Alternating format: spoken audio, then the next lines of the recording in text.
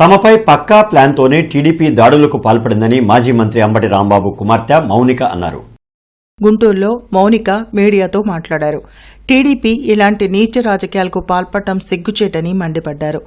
రాడ్లు కర్రలతో తమ ఇంటిపై దాడులు చేస్తుంటే పోలీసులు ప్రేక్షక పాత్ర పోషించారని తీవ్ర ఆరోపణలు చేశారు. ఎమ్మెల్యే గళ్లా మాధవికి అసలు నైతిక విలువలు ఉన్నాయా అని ప్రశ్నించారు. మహిళల రక్షణ గురించి మాట్లాడే పవన్ కళ్యాణ్ ఇప్పుడు ఎక్కడ ఉన్నారని మౌనిక ప్రశ్నించారు. తమ ఫిర్యాదులను పోలీసులు తీసుకోవడం లేదని తెలిపారు. అందరూ దాడి చేసి టీడీపీ కార్యకర్తలు కావచ్చు, వాళ్ళ శ్రేణులు, వాళ్ళ మనుషులు అందరూ ప్రిపేర్డ్గా చాలా ముందుగా ప్లానింగ్తో రాడ్లు కర్రలు పట్టుకొని చాలా బహిర్గతంగా ఒక లా అండ్ ఆర్డర్ ఉన్నటువంటి స్టేట్లో చాలా బహిర్గతంగా వాటిని పట్టుకొని ఆయన దర్శనం చేసుకుని వెళ్తుండగా ఆయన మీద అటాక్ చేయడం జరిగింది. ఈ అటాక్ చేసే ప్రాసెస్లో చాలా దుర్భాషలాడడం, చాలా భయంకరంగా నీచమైన లాంగ్వేజ్ ఉపయోగించి మహిళ మాట్లాడడం, ప్రత్యేకించి అది మీరు చూడొచ్చు, వీడియోస్లో కూడా చాలా సర్క్యులేట్ అవుతుంది, సోషల్ మీడియాలో కూడా చాలా భయంకరంగా ఉందన్నమాట. అది ఒకసారి మీకు ఒకసారి చూపిస్తాను నేను ఆ వీడియో.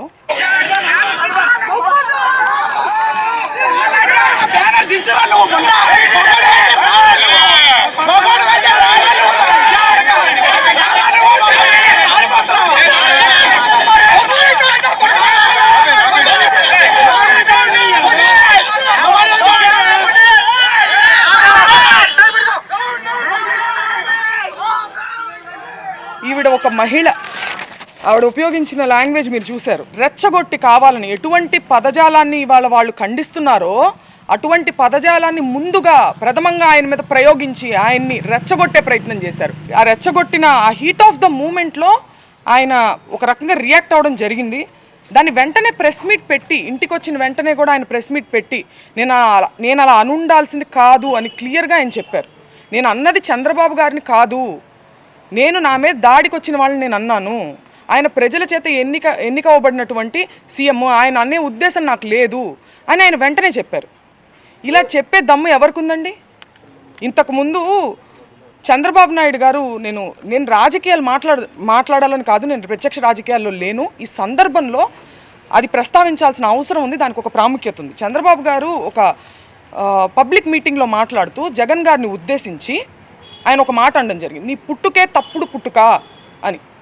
ఇది హీట్ ఆఫ్ ద మూమెంట్లో అన్న మాట కాదండి, చాలా ప్రిపేర్డ్గా ఒక పబ్లిక్ మీటింగ్లో ఆయన దీన్ని మాట్లాడారు. దాని గురించి ఆయన ప్రెస్ మీట్ పెట్టి నేను అలా అనుండాల్సింది కాదని ఎప్పుడైనా చెప్పారా? ఇలాంటి ఎగ్జాంపుల్స్ ఇంకా చాలా ఉన్నాయి. కానీ రాంబాబు గారు చెప్పారు, ఆయన అన్నది హీట్ ఆఫ్ ద మూమెంట్లో, దాన్ని నేను అలా అనుండాల్సింది కాదని ఆయన చెప్పడం జరిగింది. చెప్పిన తరువాత కూడా నేను లీగల్ కాన్సిక్వెన్సెస్ ఫేస్ చేస్తాను, నేను ఎక్కడే ఉంటాను, నేను ఎక్కడికి పారిపోను అని చెప్పిన తర్వాత కూడా ఒక ప్రజాస్వామ్యంలో, ఒక గవర్నెన్స్, ఒక లా అండ్ ఆర్డర్ ఉన్న స్టేట్లో పోలీసుని పూర్తిగా నిర్వీర్యం చేసి విపరీతమైన దాడులు చేశారు. ఆయన మీద హత్యాయత్నం చేశారు. కత్తులు, కర్రలు. మా నాన్నగారు ప్రెస్ మీట్ ముగించుకుని ఆఫీస్లోకి వెళ్ళారు. ఇది అందరూ చూశారు అక్కడ, పోలీసులు, ప్రెస్ అందరికీ తెలుసు. ఇంట్లో లేడీస్ మాత్రమే ఉన్నామని కూడా తెలుసు. లేడీస్ ఉన్న ఇంట్లోకి మగవారిని మూకుమ్మడిగా పంపి, ఈ సందర్భంలో నేను గల్లా మాధవి గారిని అడుగుతున్నాను, ఇది మీకు ఏ నైతిక విలువ ఉందని చెప్పి మీరు క్షమాపణ కోరుతున్నారు అంబటి రాంబాబు గారి దగ్గర నుంచి? నేను అంబటి రాంబాబు గారి వ్యాఖ్యల్ని నేను సమర్థించట్లేదు, ఆయనే సమర్థించుకోలేదు కదా. హీట్ ఆఫ్ ద మూమెంట్లో నేను అన్నాను, నేను అలా అనుండాల్సింది కాదని ఆయనే చెప్పారు. మీకే నైతిక విలువ ఉందని చెప్పి మీరు, మీ హస్బెండ్, లేడీస్ మేము ఇక్కడ ఉంటే మీరు తాగి ఉన్నటువంటి మగవారిని మా మీదకి రెచ్చగొట్టి పంపిస్తూ ఇంట్లోకి వెళ్ళమని వాళ్ళు అద్దాలు మీరు చూడొచ్చు, కారు ఎలా పగలగొట్టారు, అద్దాలు, పైన అద్దాలు, పక్కన తలుపులు అన్నీ పగలగొట్టుకుని లోపలికి రావాలని చూశారు. లోపల కేవలం ఆడవారు మాత్రమే ఉన్నాం. నేను, మా మదరు, మా సిస్టరు, మా పిల్లల్ని పెట్టుకుని మేము ఉన్నాం. హోమ్ మినిస్టర్ అనిత గారిని కూడా నేను సూటిగా ప్రశ్నిస్తున్నాను, దీన్ని మీరు సమర్థిస్తారా? మీరు ఆడవారి మర్యాద దెబ్బతిందనే ప్రాసెస్లో మీరు దాడి చేస్తూ మీరు అటాక్ చేసింది ఆడవాళ్ళ మీదనే. ఇది ఏ రకంగా సమంజసం? ఇది ఏ రకంగా న్యాయం? ఒక మహిళ గల్లా మాధవి, మేమందరం కూడా ఈ రోజు మేము ఖచ్చితంగా దాడికి దిగబడ్డాము. మేమందరం కూడా ఈ రోజు మేము దాడికి దిగబడిందంట. ఆవిడ దాడికి దిగబడ్డారంట. ఆవిడే చెప్తున్నారు. ఎవరి మీద దాడికి దిగబడ్డారు? మహిళల మీద దాడికి దిగబడ్డారా? మహిళలతో ఇది సమంజసమా? మహిళల కోసం పోరాడుతూ కుటుంబాన్ని టార్గెట్ చేయడం, కుటుంబంలో మహిళల్ని టార్గెట్ చేస్తే అంబటి రాంబాబు గారు భయపడతారు అనుకోవడం. ఆయన దేనికి భయపడట్లేదు, నేను అరెస్టుకు భయపడను, నేను రెడ్ బుక్కు భయపడను అని ఎందుకన్నారు? ఆ నిజాయితీ ఆయన దగ్గర ఉంది కాబట్టి, ఆయన కరెక్ట్గా ఉన్నారు అనే నిజాయితీ, ఒక మోరల్ స్ట్రెంగ్త్ ఆయనకు ఉంది కాబట్టి ఆయన కాన్ఫిడెన్స్ చూపించారు. అంతేగాని ఈ రకంగా ఆయన మహిళల మీదకి వస్తే అయితే మేము మహిళల మీద దాడి చేస్తాం, మీ ఇంట్లో మహిళల మీద, అప్పుడు కూడా నువ్వు భయపడవా అని అనడం ఇది రౌడీజం అవుతుందా, రాజకీయం అవుతుందా?